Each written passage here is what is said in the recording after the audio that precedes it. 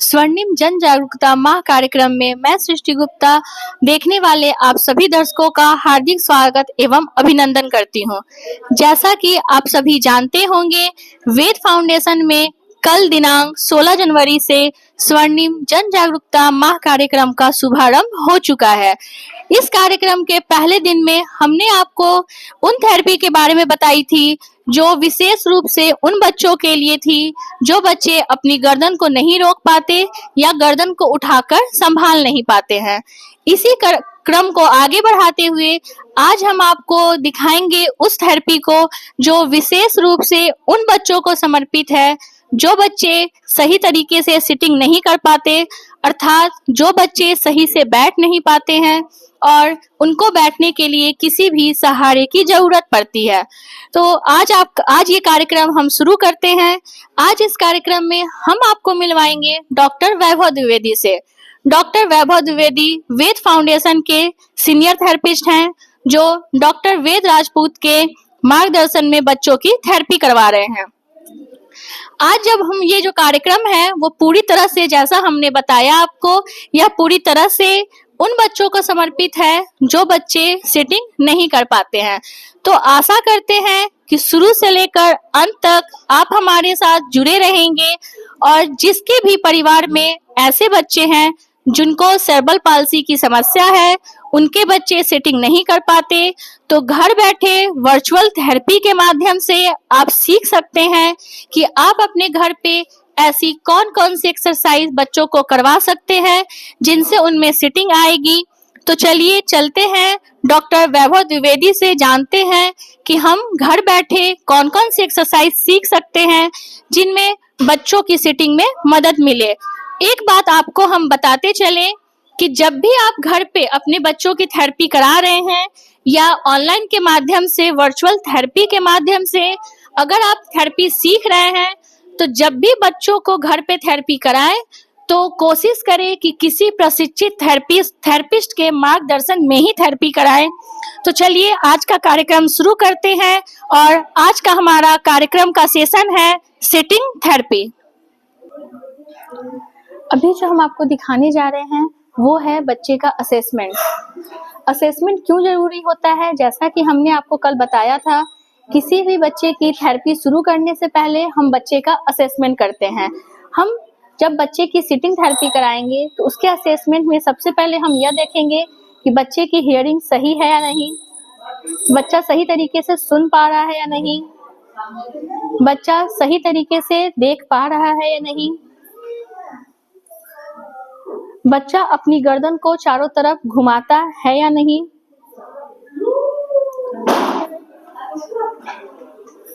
जब हम बच्चे को कोई भी लाइट वाला खिलौना या साउंड वाला खिलौना दिखाते हैं तो गर्दन अपनी चारों तरफ बच्चा घुमा पा रहा है या नहीं, बच्चे की हाथ का मूवमेंट सही है या नहीं,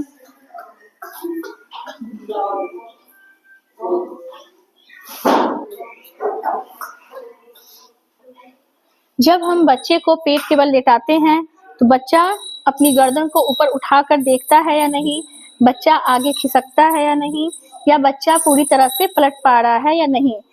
इसमें हम यह भी देखते हैं कि बच्चे के पैरावर्टिबल मसल्स मजबूत हैं या नहीं, उसके कंधे, उसके शोल्डर गर्डल मजबूत है या नहीं।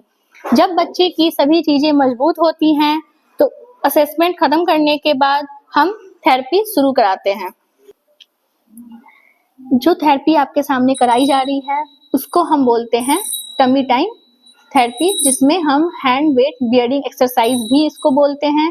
इसे आप अपने घर पे करा सकते हैं। इसको कराने से कोर की जो मसल्स होती है वो स्ट्रांग होती है। हाथ की जो मसल्स होती है जैसे शोल्डर गर्डल, एल्बो, रिस्ट की मसल और हथेली की जो मांसपेशियां होती है वो भी स्ट्रांग होती है। जब ये मसल्स स्ट्रांग होंगी तो बच्चे अपने हाथ पे वेट देना सीखेंगे। बच्चे जब अपने बॉडी का वजन अपनी हाथों पर लेना सीख जाते हैं तो उसके बाद बच्चों को हम सिखाते हैं कि वो उनके सामने कोई ऑब्जेक्ट है उसको वो टच करे। एक एक हाथ को अपने फ्लोर पे रख के दूसरे हाथ से उस ऑब्जेक्ट को टच करते हैं, जिससे बच्चे का जो हैंड का वेट बियरिंग होता है वो काफी मजबूत होता है।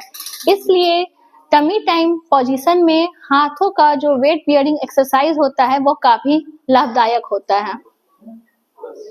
जब हम बच्चे के हाथों पर वेट दिलवाते हैं, जिसको हम हैंड वेट बियरिंग एक्सरसाइज बोलते हैं, ये स्टूल पे करा सकते हैं, बॉलिस्टर पे करा सकते हैं, फुटबॉल पे करा सकते हैं। इससे बच्चे के जो अपर बॉडी का वेट होता है वह पूरी तरीके से बच्चे अपने हाथों पर लेते हैं, जिससे जो हैंड की मसल्स होती है, शोल्डर गडल की मसल्स होती है, कोर की जो मसल्स होती है और गर्दन के आसपास की जो मांसपेशियां होती है वह काफी उसमें स्ट्रेंथ बढ़ता है, मजबूती आती है, जो आगे चलकर बच्चों को बैठने में बहुत ही सहायता प्रदान करती है।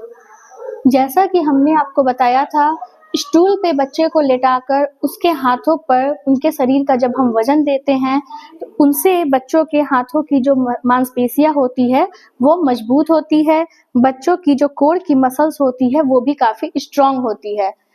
जिस तरीके से अभी इस पोजीशन में आप देख रहे हैं, हमारे थेरेपिस्ट बच्चों को सपोर्ट देते हुए उनके हाथों पर वेट दिलवा रहे हैं। इससे इसका सबसे बड़ा फायदा यह होता है कि बच्चे की जो अपर बॉडी का जो पूरा वेट है वो बच्चों के हाथों पे होता है, जिससे रिस्ट के मसल, रिस्ट जितने भी ज्वाइंट्स होते हैं हाथों के, सभी में काफी ताकत आती है। अभी जिस पोजीशन को आप देख रहे हैं, हमारे थेरेपिस्ट जिस पोजीशन में बच्चे को लेटा के जो थेरेपी करा रहे हैं, इस थेरेपी को हम बोलते हैं सुपाइन टू सिट पोजीशन। इस पोजीशन में सीधी मुद्रा में सामने की तरफ बच्चा लेटा रहेगा और धीरे धीरे करवट लेकर हम बच्चे को बैठना सिखाएंगे। बॉडी का वेट उसके हाथों पर डालते हुए और थोड़ा सा पार्शियल वेट थेरेपिस्ट अपने हाथों से स्वयं ही बियर करेगा। थोड़ा सा पुश करते हुए जब हम बच्चे को उठाते हैं तो इस तरीके से बच्चे धीरे धीरे करवट लेकर बैठना सीख जाते हैं।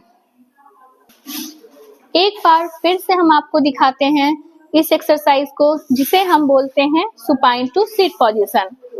जब हम सीधी मुद्रा में बच्चे को लेटाते हैं और धीरे धीरे करवट लेकर बच्चे को बैठना सिखाते हैं। इस तरीके से जब हम लगातार बच्चे के साथ ये मुद्रा जब हम बार बार दोहराते हैं तो बच्चे धीरे धीरे बैठना सीख जाते हैं। अब हम बात करेंगे ऑल टाइप सिटिंग की। ऑल टाइप सिटिंग में अलग अलग पहलुओं पे हम चर्चा करेंगे।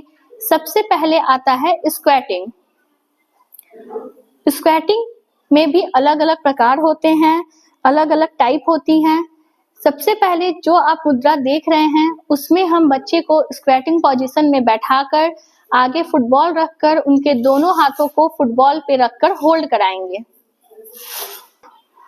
अभी जैसा आप देख रहे हैं, बच्चे को स्क्वैटिंग पोजीशन में ही बैठाकर बच्चे के दोनों हाथों को हमने सामने फ्लोर पे टिकाया है।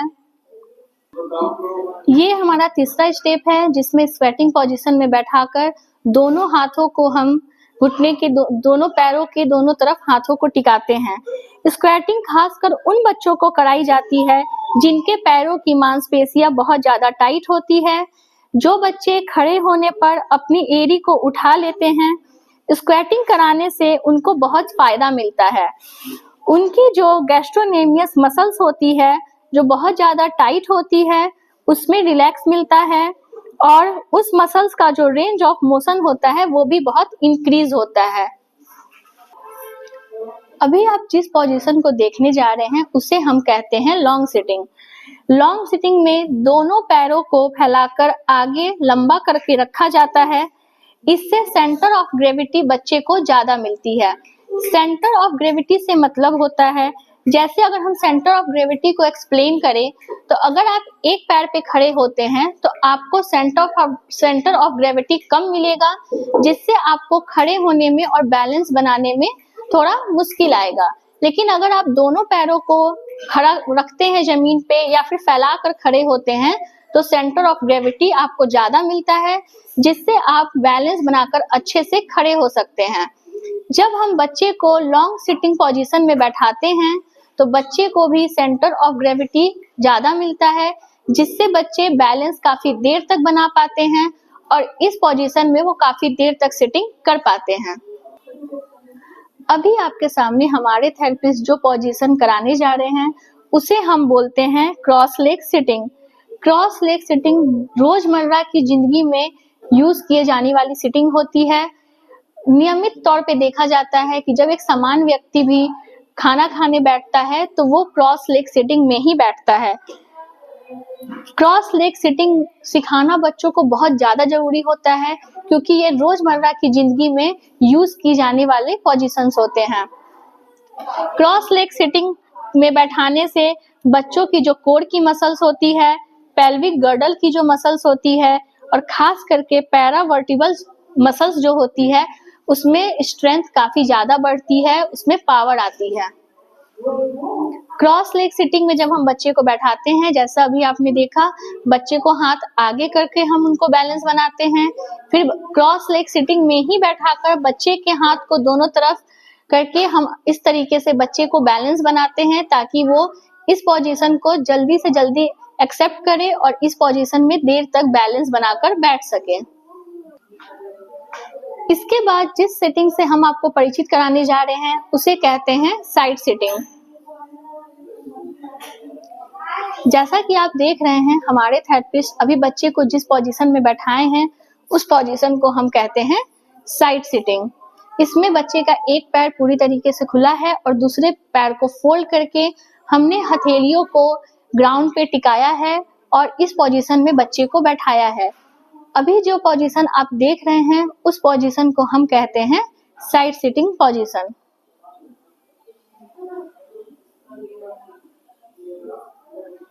इस पोजीशन को भी कराने से बच्चों के जो कोर की मसल्स होती है वो स्ट्रांग होती है। बच्चे अगर इस तरीके से फ्लोर पे अपने हाथ को टिका कर बैठते हैं तो उनका बैलेंस भी काफी अच्छा बनता है।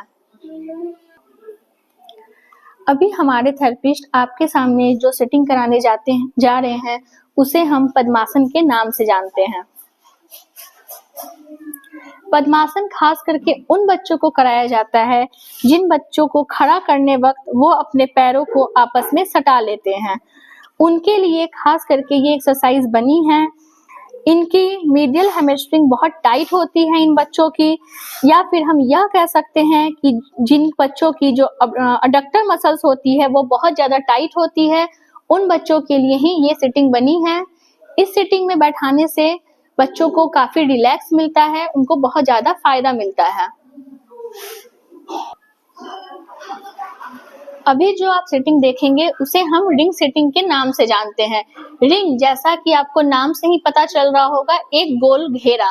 हम बच्चों के पैरों से एक गोला घेरा बनाएंगे और उस गोला घेरा को बनाकर बच्चे के दोनों हाथों को जमीन पे टिकाकर उनको बैठाएंगे। इस पोजीशन में भी बैठाने से बच्चों की जो सेंटर ऑफ ग्रेविटी होती है वो ज्यादा मिलती है और इस पोजीशन में बैठाने से बच्चों का बैलेंस भी बहुत अच्छा बनता है। इस पोजीशन में बैठाकर हम बच्चों के हाथों से भी काम करवा सकते हैं। जब हम इस पोजीशन में बैठाते हैं, रिंग सिटिंग में जब हम बच्चे को बैठाते हैं तो बच्चे के हाथों से भी हम काम करा सकते हैं। दोनों हाथों का उपयोग कराएं।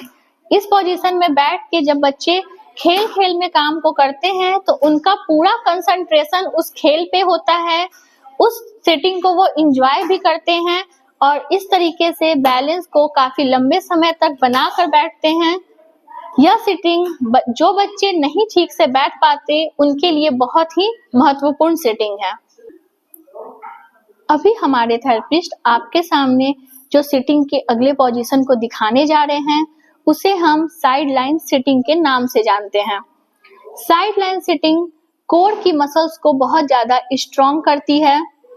क्योंकि जैसा आप देख रहे हैं, साइड लाइन सिटिंग कराने में बच्चे को बैलेंस की ज्यादा जरूरत पड़ती है, तो जाहिर सी बात है जब बैलेंस की जरूरत ज्यादा पड़ेगी तो बच्चा ज्यादा अवेयर भी रहेगा और जब बच्चा ज्यादा अवेयर रहेगा तो उसका पूरा कंसंट्रेशन स्वयं की बॉडी पे और जो थेरेपिस्ट उसकी एक्सरसाइज करा रहे हैं उनके ऊपर रहेगा। जब हम साइड लाइन सिटिंग कराते हैं तो बच्चे का जो आई से हैंड का कोऑर्डिनेशन होता है वह भी स्ट्रांग होता है। इन्वायरमेंट से जो बच्चों का कनेक्शन होता है, जो कांटेक्ट होता है, जो कनेक्ट होता है, वो भी बहुत इम्प्रूव होता है। साइड लाइन सिटिंग कराने का सबसे फायदा होता है कि इसमें पेट की, धड़ की, कमर की और एक तरफ के हाथ की गर्दन के आसपास की जितनी भी मांसपेशियां होती है वो स्ट्रॉन्ग होती हैं, उनमें स्ट्रेंथ आती है। जब हम ये देखते हैं कि हमारा बच्चा फ्लोर पे, काउच पे, ग्राउंड पे बेहतर ढंग से बैठना सीख चुके होते हैं, तो और उन बच्चों की अगर कोर मसल्स भी अच्छी स्ट्रॉन्ग हो चुकी होती है, तो इन बच्चों को हम स्टूल सिटिंग कराते हैं। स्टूल सिटिंग कराने के लिए, जैसा अपने नाम में ही आपको पता चल रहा होगा, हमें इस सिटिंग को कराने के लिए एक स्टूल की आवश्यकता पड़ेगी। स्टूल सिटिंग कराते वक्त 3 चीजों का विशेष रूप से हमें ध्यान रखना चाहिए। जिस भी स्टूल का हम चुनाव करें वह स्टूल चौड़ा होना चाहिए और बच्चे के जो पैर होते हैं वो जमीन से टच रहने चाहिए। जब भी हम स्टूल का चुनाव करें तो सुरक्षा की दृष्टि को ध्यान में रखते हुए स्टूल का चुनाव करना चाहिए। स्टूल इतना चौड़ा होना चाहिए जो बच्चे के कूल्हे से बड़ा होना चाहिए।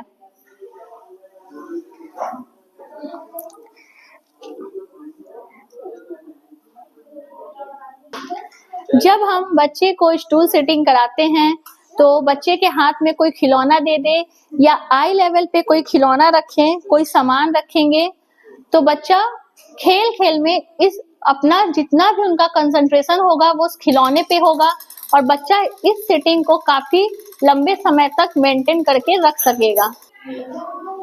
जितने भी दर्शक अभी हमसे जुड़े हुए हैं उनको हम बताते चले कि अगली सिटिंग में हम जो ऑब्जेक्ट यूज करेंगे उसे हम बॉलिस्टर कहते हैं। आपके सामने हमारे थेरेपिस्ट जिस ऑब्जेक्ट का यूज करने जा रहे हैं इसे हम बॉलिस्टर के नाम से जानते हैं।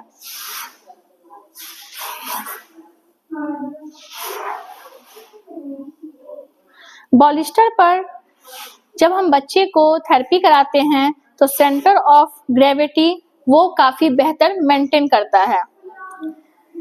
इस सिटिंग को कराने से कोर की जो मसल्स होती है उस पे बहुत ही ज्यादा इम्पैक्ट पड़ता है और उसमें बहुत ही ज्यादा मजबूती, बहुत ज्यादा स्ट्रेंथ आती है। जैसा कि हमने आपको और भी सिटिंग्स में बताया है, जब भी हम कोई सिटिंग करा रहे हैं तो बच्चे के आई लेवल पे कोई खिलौना रखें, उससे बच्चे खेल खेल में उस सिटिंग को काफी देर तक मेंटेन करते हैं। एक बात हम सारे अभिभावकों को बताते चले जो बहुत ही इम्पोर्टेंट चीज है आपके लिए, इस बात को आप लोग बहुत ध्यान से सुने।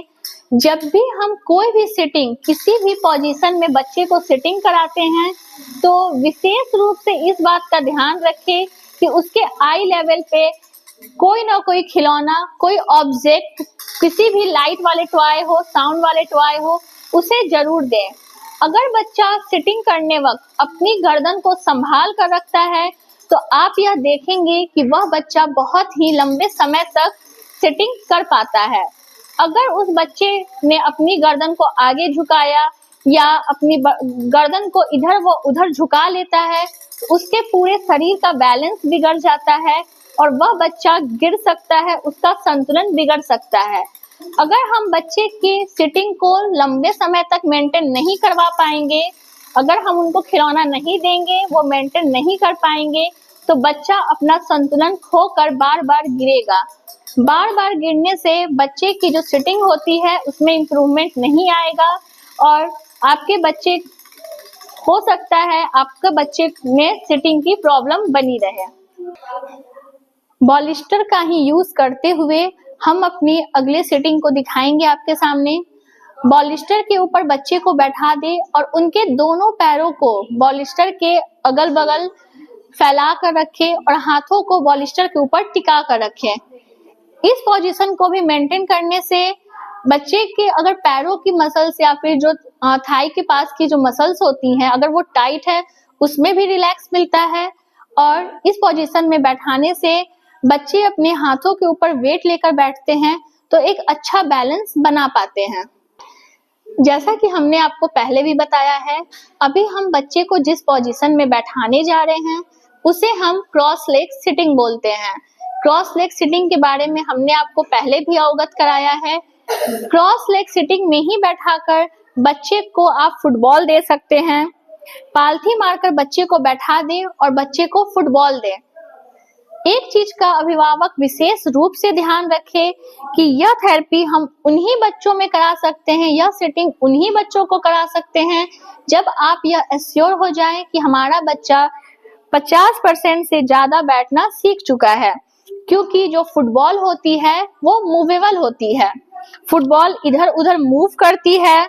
तो अगर आपका बच्चा फुटबॉल के मूवमेंट के साथ अपने पोस्चर को मेंटेन कर रहा है तो बच्चे की जो सिटिंग एबिलिटी होती है वो इम्प्रूव होती है। इस पोजीशन में फुटबॉल देकर बच्चे को बैठाने से बच्चे की जो कोर मसल्स होती है, जो पैरावर्टिबल मसल्स होती है, पेल्विक गर्डल की जो मसल्स होती है, शोल्डर गर्डल की मसल्स होती है, उनमें स्ट्रेंथ बहुत ज्यादा बढ़ती है, उनकी ताकत बढ़ती है।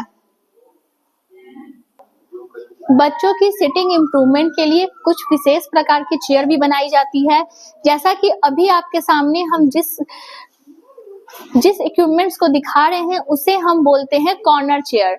जिन बच्चों में सिटिंग बिल्कुल भी नहीं होती, उनकी बिल्कुल भी सिटिंग अब्सेंट होती है, उन बच्चों को हम कॉर्नर चेयर पे बैठाते हैं।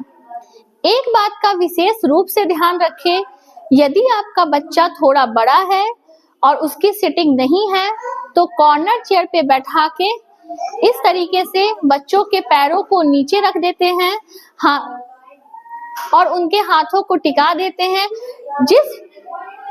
उनको आप कोई भी खिलौना दे सकते हैं, उस कॉर्नर चेयर पे बैठ के वो अपने हाथों से उस खिलौने का यूज कर सकते हैं। यदि आपका बच्चा थोड़ा छोटा है तो आप इस कॉर्नर चेयर पे जब बच्चे को बैठाएं तो उन्हें पालथी मारकर बैठाएं। अगर आपका बच्चा बड़ा है तो आप पैरों को नीचे खोलकर बैठा सकते हैं।